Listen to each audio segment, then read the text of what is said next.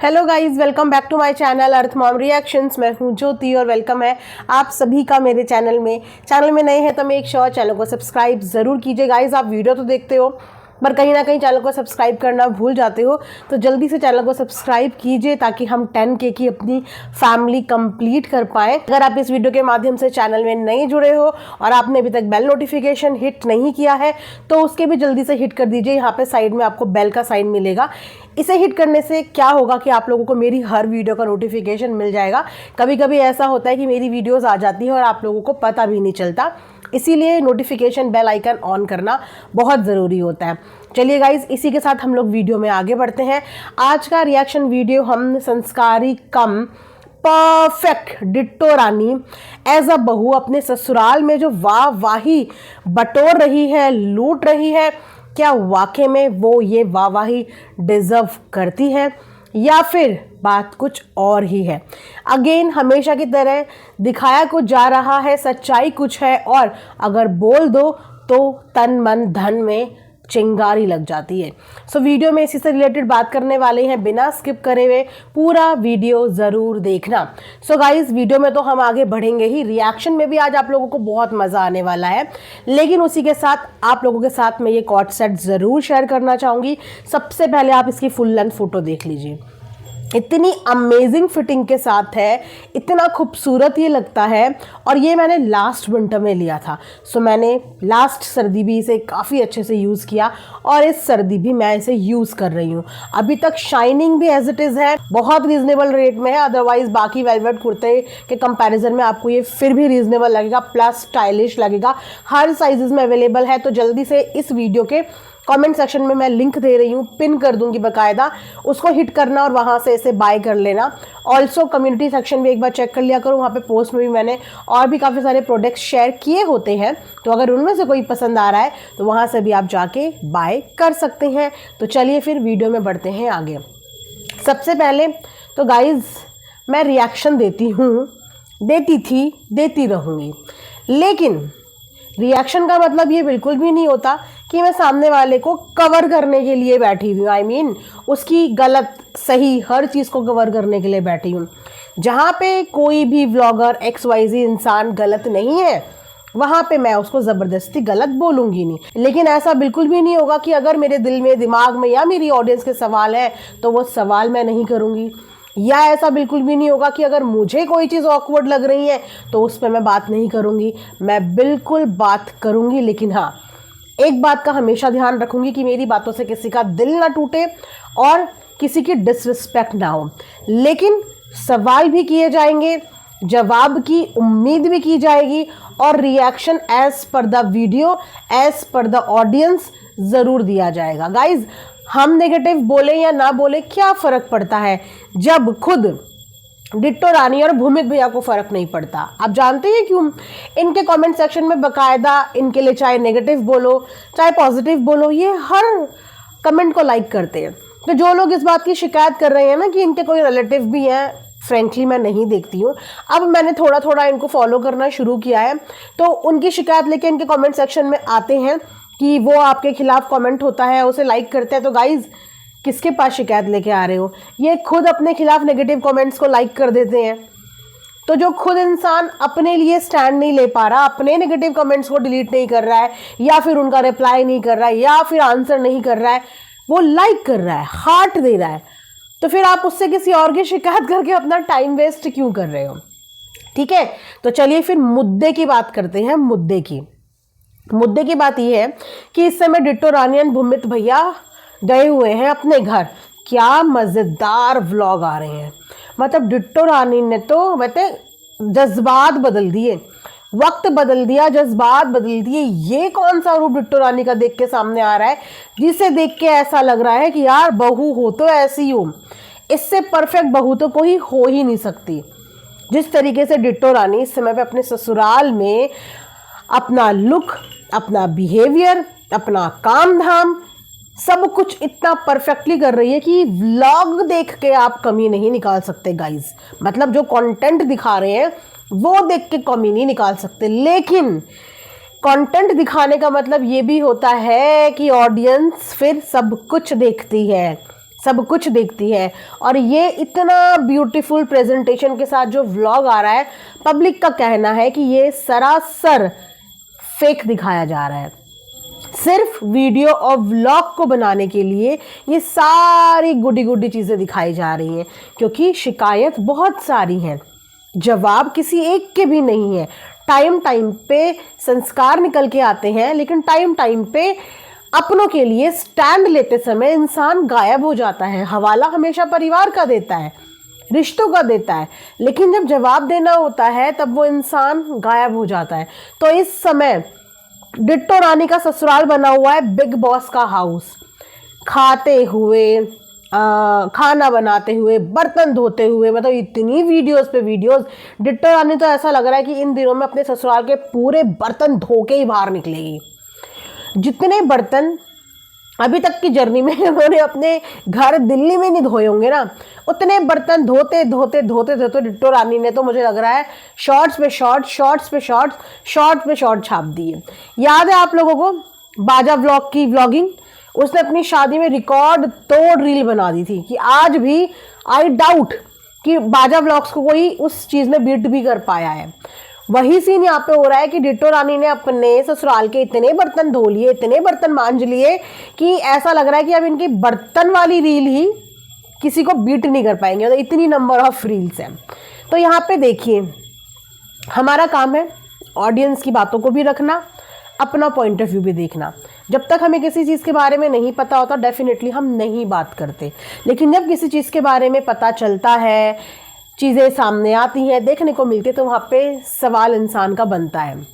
अगर इतना beautiful relationship है और ये बहुएं इतनी जिम्मेदार बहुएं हैं जो इस समय पे अपनी सास की तारीफ में बढ़ बढ़ के बॉलीवुड के सॉन्ग्स गुनगुना रही हैं, हर एक सॉन्ग अपनी सास की तारीफ में गा रही हैं, इतनी अच्छी बहुएं हैं, तो फिर इनके बुजुर्ग सास ससुर इतनी तकलीफ में कैसे रह रहे हैं?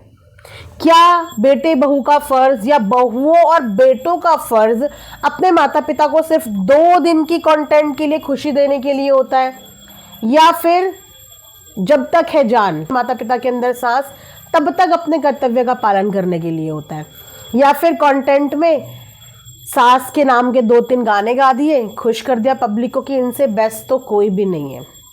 वो चीज़ें समझ में आ रही है, क्योंकि सेवा भाव और सच्चे दिल से करी हुई चीज़ें ना हमेशा सेम रहती हैं, लेकिन जो चीज़ें once in a blue moon होती है ना, वो समझ में आती है कि ये कंटेंट के अलावा क्या निस्वार्थ सेवा भाव हो पा रहा है। मैं यहाँ पे ना बहुओं की गलती नहीं निकालूंगी, मैं यहाँ पे डिट्टो रानी की गलती नहीं निकालूंगी, क्योंकि डिट्टो रानी जितने दिन भी वहाँ है वो अपना बहू होने का फ़र्ज़ निभा रही है, सबके साथ अच्छे से बिहेव कर रही है, अपने हिसाब से जितना कर सकती है उतना काम भी कर रही है। लेकिन मैं यहाँ पे उन तमाम बेटों की गलतियाँ ज़रूर निकालूंगी जो कहीं ना कहीं अपनी घर गृहस्थी में इतने बिजी हो जाते हैं कि वो पीछे से अपने माता पिता को भूल जाते हैं, अपनी बीवी की तारीफ, अपने बच्चे को पालने में इतने बिजी हो जाते हैं कि कहीं ना कहीं ये भूल जाते हैं कि हमारी माता पिता ने भी हमें ऐसे ही पाला होगा जैसे आज हम अपने बच्चों को पाल रहे हैं, और हम इस उम्र में भी अपने माता पिता से देखिए कंटेंट लेके चले गए। सबसे पहले घर की कंडीशन को देख के भर भर के कमेंट्स आ रहे हैं, बहुत सारे कमेंट्स तो डिलीट भी हुए हैं, तो वहाँ पे चलो उस बात का तो बोल दिया भूमित भैया ने कि पूरा रेनोवेट होगा, तो क्वाइट सेटिस्फाइड हो गई ऑडियंस की, चलो ये बहुत अच्छी बात कर दी, लेकिन कर दी और करने में डिफरेंस होता है। अब उसके बाद सवाल ये खड़ा होता है कि इनके पापा की तबीयत जो कि खराब चल रही है, ये आप सबको पता है ना, किसी से छुपा हुआ तो नहीं है, पापा की तबीयत खराब चल रही है, बुजुर्ग इंसान है, उनको एक अच्छा लाइफस्टाइल भी चाहिए और एक उनको प्रॉपर मेडिकल अटेंशन भी चाहिए। मेडिकल अटेंशन लेने के लिए बच्चे अपने पेरेंट्स को कहाँ कहाँ तक नहीं लेके जाते, बेस्ट से बेस्ट इलाज करवाने की कोशिश करते हैं अगर वो सक्षम है। अमित भैया डिट्टो रानी तो सक्षम है, ये बात तो उन्होंने खुद अपने मुंह से कबूली है कि भगवान की दया है, लक्ष्मी माँ की कृपा है कि लक्ष्मी की कोई कमी उनके घर आंगन में नहीं है, वो इतना भरपूर कमा लेते हैं जो उन्होंने खुद अपनी वीडियो में बखान किया है। तो उस कमाई का अगर कुछ परसेंट एक अच्छे डॉक्टर को आप अपने पापा को लेके जाएं, एक अच्छा ट्रीटमेंट उन्हें दें, तो शायद वो अपनी ज़िंदगी के 4-5 साल एक्स्ट्रा जी जाएंगे। लेकिन अगर इसी तरीके से लापरवाही रही और आप सोचते रहे कि गांव में है, चलो निकल जाएंगे, दिन निकल जाएंगे, तो उनकी जो बीमारी है ना वो डे बाय डे गंभीर होती चली जाएगी।